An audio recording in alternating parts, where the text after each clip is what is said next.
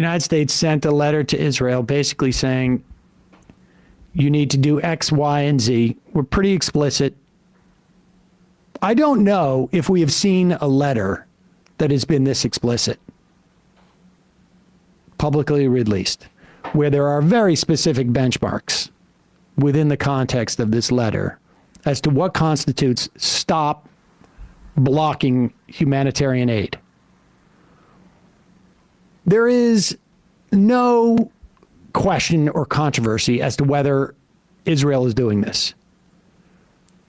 I'm sorry. If you believe that there is, you're willfully ignoring all of the evidence. There is also no reason to give them 30 days to correct this, because it's not the first time that the U.S. has complained about it.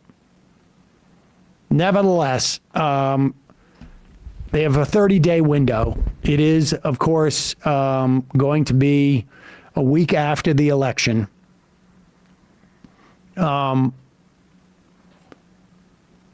If you are cynical,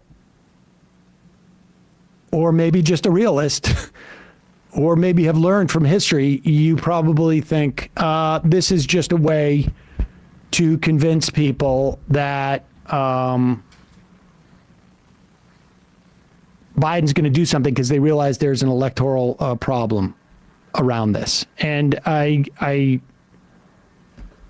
think that's a very legitimate response to have. Biden certainly did this, in the run up to a couple of the primaries where the uncommitted vote was strong. There was a sort of head fake. We may be seeing that here. This is in the wake of Israel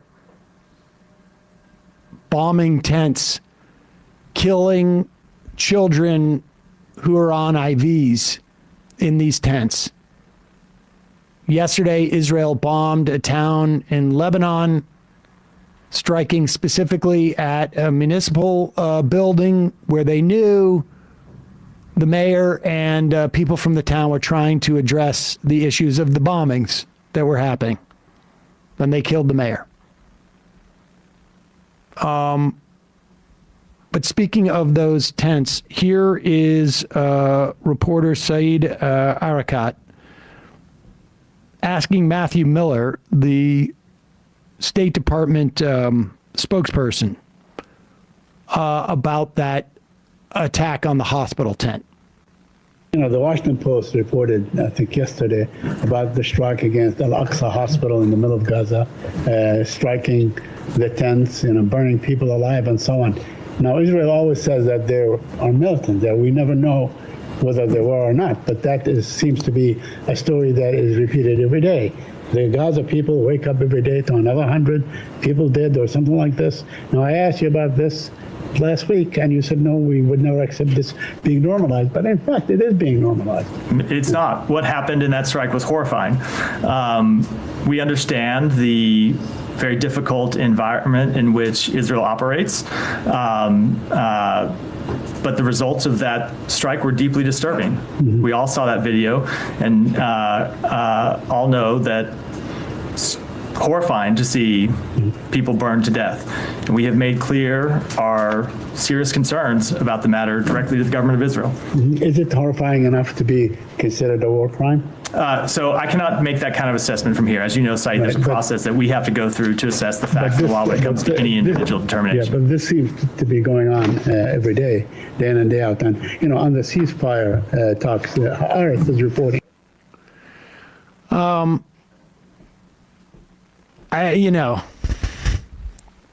It's more of the same. I guess maybe you could argue that there's some measure of progress in that he admits that he's seen the video. I usually say we haven't confirmed that video. We haven't confirmed that video. It's under review. It's unclear what we saw.